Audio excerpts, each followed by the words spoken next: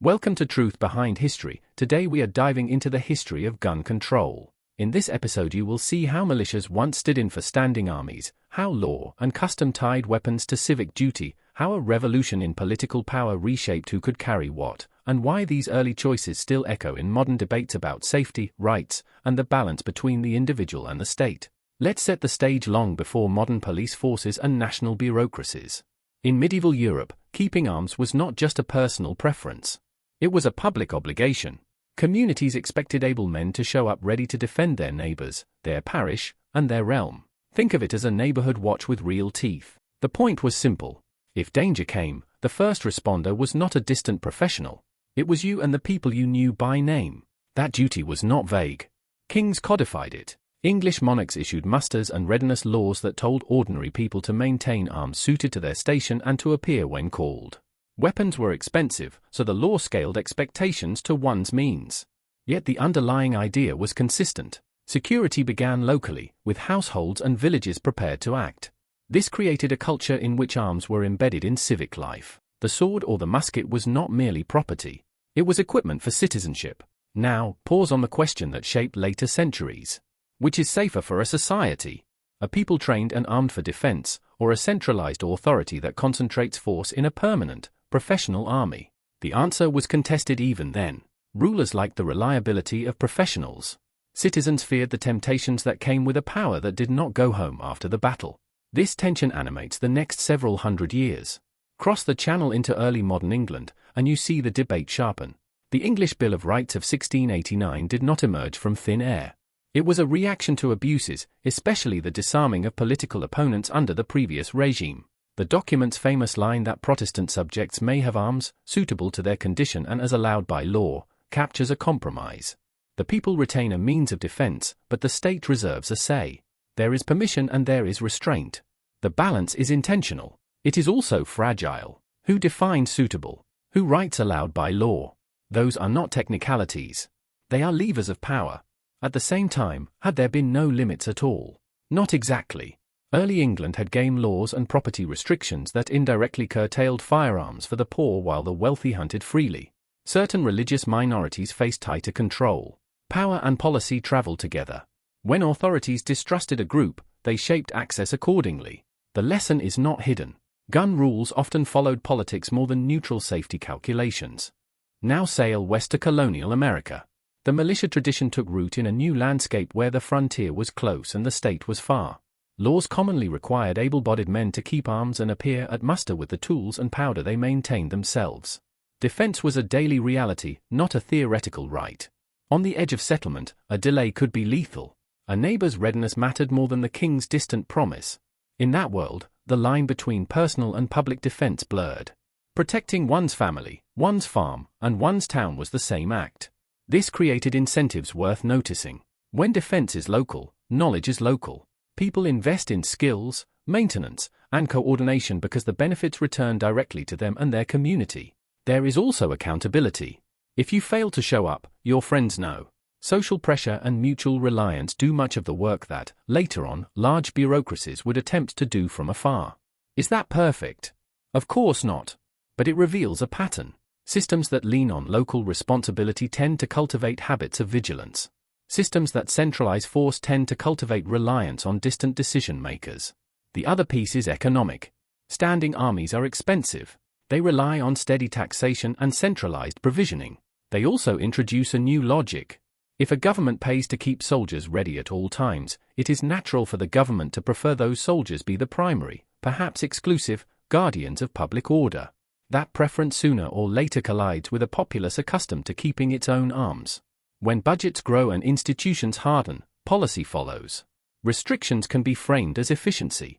They can also function as control. So the earliest layers of gun regulation are neither simple nor uniform. There is duty and there is permission. There are moments when the state compels you to be armed. There are moments when the state prefers you not be. The hinge is power. Who is trusted, who is feared, and who is expected to bear the real cost of keeping the peace. Once you see that, later developments make more sense. But for now, hold on to this picture. A world where arms are woven into civic life. A world where the militia is not a caricature but a practical solution to distance, cost, and the limits of centralized authority. and a world where the line between right and duty is not as bright as modern slogans suggest. If that feels different from today's assumptions, that is the point. We are at the beginning of a long arc.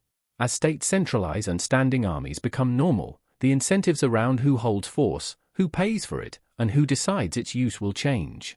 For this first slide, remember the foundation. Arms as civic responsibility. Access guided by trust and fear. And the ever-present question: where should the power to defend a community actually live? Now let's move into the age of centralization and standing armies. This is where the story really begins to shift. By the 18th and 19th centuries, monarchs and governments across Europe had discovered something. If you want reliable power, you do not depend on farmers grabbing their muskets at a moment's notice. You build a permanent force. You pay them, you drill them, you house them, and you keep them ready. On paper, it sounds efficient. A standing army can march when told, obey orders without hesitation, and projector rulers will far beyond the local village. But let's pause and ask a question. Who funds this machine? The answer is obvious: taxation. Citizens who once carried arms themselves now find their coin taken to pay for someone else to do the job. Defense shifts from a personal duty to a financial obligation. That's more than an accounting change. It rewires incentives. As monarchies grew stronger, many began to fear the unpredictability of armed citizens. Local militias might resist central commands. They might refuse to enforce unpopular edicts. They might even turn their weapons on the very powers that raised taxes to fund those professional soldiers. So rulers responded with restrictions. Some were outright bans on certain groups holding arms. Others were subtler, requiring licenses or permits, often tied to wealth or social rank. In every case, the result was the same. The balance tipped away from local agency and toward centralized authority. Think about the unintended consequences of this shift. Once a population no longer trains or arms itself, a subtle dependency forms. People look to the crown, or the parliament, or later the state, for security. At first, this may feel like a relief. Why risk your own life when professionals stand ready? But over time, the reliance carries costs. Skills atrophy. Community bonds weaken. And in moments of crisis, the monopoly on force becomes a monopoly on decision-making. History is full of examples. In revolutionary France, the king's control of arms was part of the conflict that fueled distrust. In Prussia, the military's dominance created a culture where the army was not just a tool of the state, it was the state. Across the continent, people who had once been obligated to defend their homes became subjects expected to comply with edicts, their protection outsourced, their resistance muted. We should not exaggerate. There were still pockets of local defense, frontier militias, and armed civilians in many regions. But the trend was clear. As government centralized, they tied security to the budget, to the barracks, and to laws designed not only to protect but to control. And whenever political dissent grew, those laws could be tightened, selectively enforced, or used as leverage against groups deemed threatening. So the story of centralization and standing armies is not just about military innovation. It is about incentives, trust, and fear. Central rulers feared disorder more than they feared external enemies. Citizens trusted their neighbors less and their governments more, at least in theory. And the line between public safety and political control blurred in ways that are still with us today. Keep this in mind as we move forward. Once force is centralized, the temptation to limit it everywhere else grows very strong. The militia, once a civic necessity, begins to look like a threat. The armed household begins to feel less like a partner and more like a rival to authority. And from that perception, entire regimes of control can emerge. Now we cross the Atlantic and step into the American experiment. Here the debate over arms took on a new form. Imagine a young republic, fresh from revolution, deeply suspicious of centralized power yet needing some way to coordinate defense. Out of that tension comes the Second Amendment and the framework that still stirs fierce arguments today. The framers had seen what a standing army could do. They knew professional troops were essential in defeating Britain, but they also feared that a permanent military could one day crush liberty from within. The compromise was not abstract. It was written into the very Constitution. The federal government would have authority to raise armies, yes, but the people would keep their militias. And in that world, militias meant individuals armed and prepared, called up when necessary. The wording is important. A well-regulated militia, being necessary to the security of a free state, the right of the people to keep and bear arms shall not be infringed. Notice the dual emphasis. On one hand, the collective duty of militia service. On the other, the individual right to keep arms. The balance reflects exactly the fears and hopes of the era. How do you secure liberty without creating a new tyranny? How do you preserve a republic without arming a dictator? Early court cases and state debates reveal just how unsettled this balance was. Some read the clause as a guarantee of local power against federal intrusion. Others treated it as a personal right, independent of militia service. Even then, disagreements mirrored today's. Was it about the collective or the individual, the militia as an institution or the citizen as a free agent? The ambiguity was deliberate, leaving space for states and communities to interpret according to their own circumstances. Frontier life added urgency to the issue. On the expanding borders, settlers faced threats from hostile raids, wild terrain, and sheer distance from government authority. A musket on the mantle was not a political symbol. It was survival. And when muster was called, those weapons became the tools of communal defense. The line between private and public blurred even further. Protecting your family was protecting the frontier, and protecting the frontier was protecting the republic itself. But here too, politics entered the picture.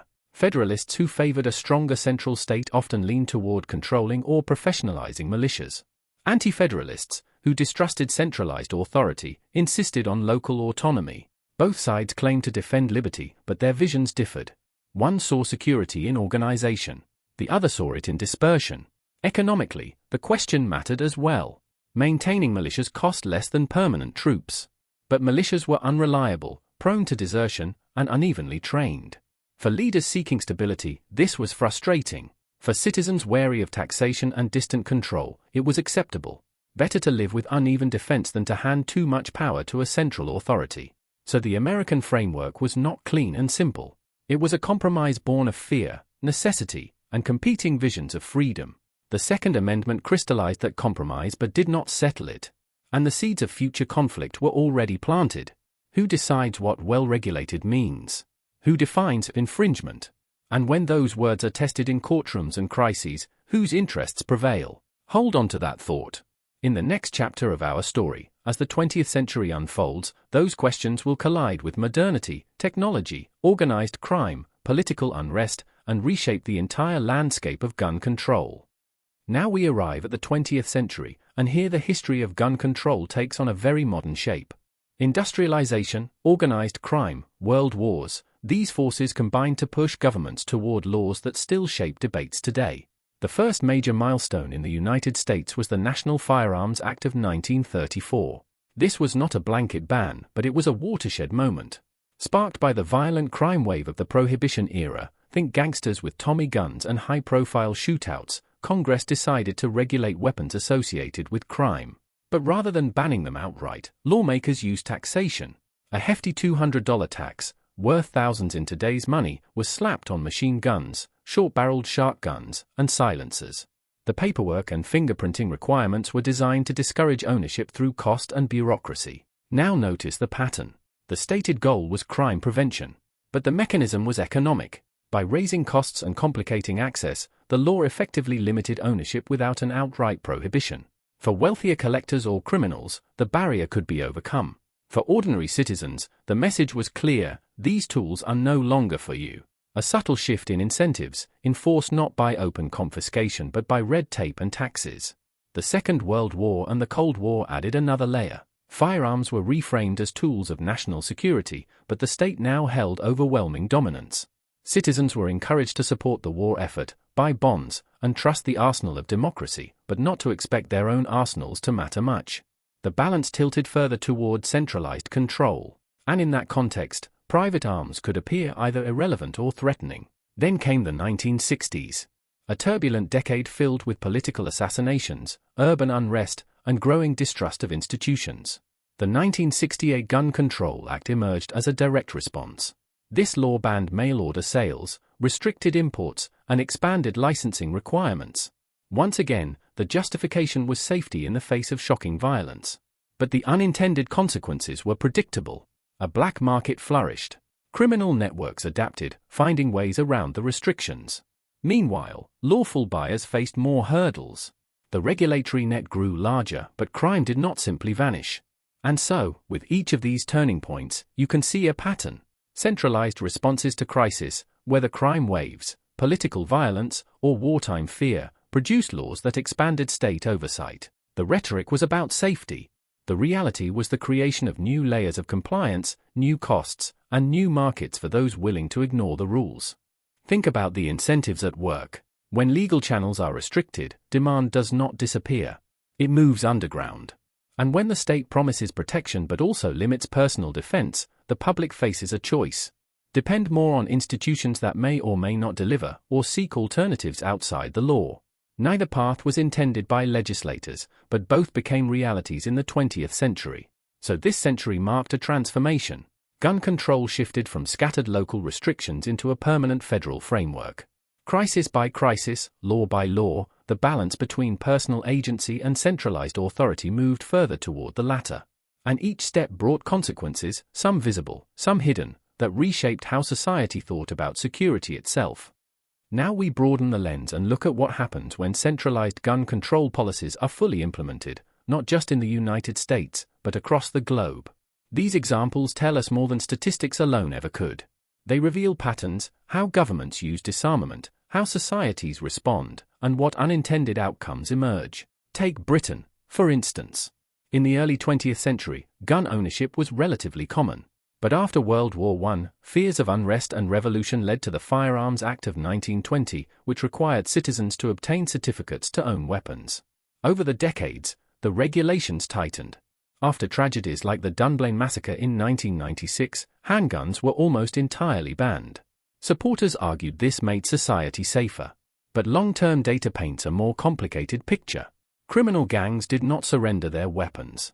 Black markets adapted quickly, and citizens increasingly relied on state policing for defense. The result was not a disarmed society, but a society where only the law-abiding were disarmed. Look to Australia. After the Port Arthur massacre in 1996, sweeping reforms led to mass confiscations and a strict licensing system. The government's buyback program removed hundreds of thousands of firearms from circulation.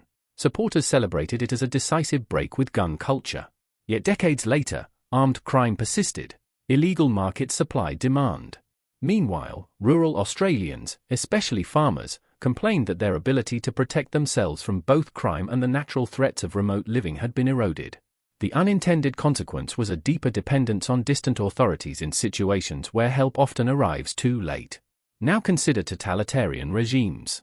Nazi Germany in the 1930s selectively disarmed Jews and political opponents while consolidating the power of the state. In the Soviet Union, civilian access to arms was virtually eliminated, creating a society where resistance was almost impossible. In both cases, gun control was not a neutral safety measure. It was a political weapon. Disarmament preceded repression, and once the state held the monopoly on force, opposition was crushed swiftly and brutally. The economic implications of these policies should not be overlooked. Confiscation and enforcement campaigns are costly.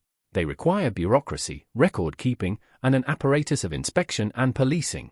Every dollar spent to restrict lawful ownership is a dollar not spent on addressing the deeper roots of violence. Meanwhile, black markets adapt in ways regulators rarely predict, innovating smuggling routes and distribution systems that evade state oversight. This creates a perverse incentive. The more the government clamps down, the more profitable the illegal trade becomes. So what do these case studies tell us? First, centralized policies often fail to eliminate the problem they target. Second, they shift the balance of power decisively toward the state and away from the individual. And third, they generate ripple effects, criminal innovation, rising enforcement costs, and a culture of dependency that extend far beyond the initial crisis that justified the law. The lesson is not hidden. History shows that when force is concentrated, unintended consequences follow. Safety may be promised, but dependency, distortion, and control are what often remain. Now let's step back and examine the economic and social dimensions of gun control. This is where we see how rules on paper translate into costs, incentives, and behaviors that ripple through entire societies. First, enforcement. Every regulation comes with a price tag. Governments must hire administrators, inspectors, and agents. They need databases, licensing systems, and policing units. This bureaucracy does not emerge out of thin air, it is funded by taxation. Citizens who may never own a firearm still pay for the machinery that restricts them. And when enforcement ramps up, those costs only grow. The question becomes not only whether the policy achieves its goal, but whether the resources consumed could have been better spent elsewhere. Second, the market response. When legal channels narrow, demand often flows into black markets. History shows this repeatedly. Prohibition gave rise to speakeasies and bootleggers. Restrictive gun laws gave rise to smuggling networks and illicit production. Human ingenuity finds a way. From backyard workshops to international smuggling routes, markets adapt when incentives make it worthwhile. The unintended result is not less crime, but more sophisticated crime. And paradoxically, law-abiding citizens are the ones left with fewer options. Third, technology. Restrictions can slow innovation in legal markets, but they rarely stop it altogether. Instead, they often redirect innovation underground. Ghost guns, improvised weapons, and decentralized manufacturing methods all illustrate how technology shifts in response to regulation. The very act of restriction stimulates alternative paths that may be even harder to monitor or control. Socially, the consequences are just as stark. When individuals lose the practical ability to defend themselves, they are encouraged, implicitly or explicitly, to rely on the state. On one level, this can feel reassuring. A professional force is on call. But it also creates a moral hazard. People assume protection will arrive when needed, even when history shows response times often lag behind reality. This reliance can dull community responsibility, weaken self-reliance, and foster a culture where responsibility for safety is outsourced. The ripple effects extend further. In societies where arms are heavily restricted, the very idea of personal defense shifts. Citizens may come to see defense not as a duty but as an entitlement provided by others. Over time, this reshapes civic identity. Where earlier generations tied arms to citizenship, modern policies tie security to compliance. The incentive structure rewards passivity rather than vigilance. So the economic and social dimensions reveal a paradox. Laws intended to provide safety often impose heavy costs, stimulate illegal enterprise, and weaken the habits of self-reliance that once underpinned civic life. The numbers in budgets and the patterns in behavior converge on the same theme. The more responsibility is centralized, the less individuals and communities exercise their own agency. We've traced this long arc, from early militias and civic duty, to the rise of standing armies, to the constitutional debates in America, through the crises of the 20th century, and into the global examples of centralization. Now it is time to step back and ask what it all means. History shows us something consistent. Central control rarely stops at the point where it begins. Each law passed in the name of safety tends to expand into something larger, broader, and more permanent. Gun control has often been framed as a temporary response to crisis. Yet once restrictions are in place, they almost never disappear. Instead, they reshape societies in subtle but lasting ways. We've seen the patterns of unintended consequences. Black markets adapt to fill the void. Costs of enforcement grow far beyond the original intent. Citizens accustomed to defending themselves begin to rely on authorities instead, and over time, they lose both the skill and the expectation of self-reliance. The lesson is not about one country or one decade, it is about the repeated incentives baked into centralized systems. But beneath the economics and the policies lies a moral question. Who bears the ultimate responsibility for defense? Is it the individual, armed and accountable within their community? Or is it the state, centralized and distant, promising safety while demanding compliance? History doesn't offer a single, easy answer, but it does reveal the trade-offs each path creates. And that's where we'll leave it for today. The history of gun control is not just about weapons. It's about power, trust, and the choices societies make when fear collides with freedom. These are not abstract debates. They are living questions that shape the world we inhabit right now. If you found this exploration valuable, don't forget to like, comment, and subscribe to Truth Behind History. And if you want to dive even deeper, check out my book, History They Tried to Erase, linked in the description below. You'll find more stories that peel back the layers of power and reveal the truths that history often hides. And if you enjoy thoughtful and entertaining history, there's plenty more content waiting for you. Until next time, keep questioning, keep learning, and keep discovering the truth behind history.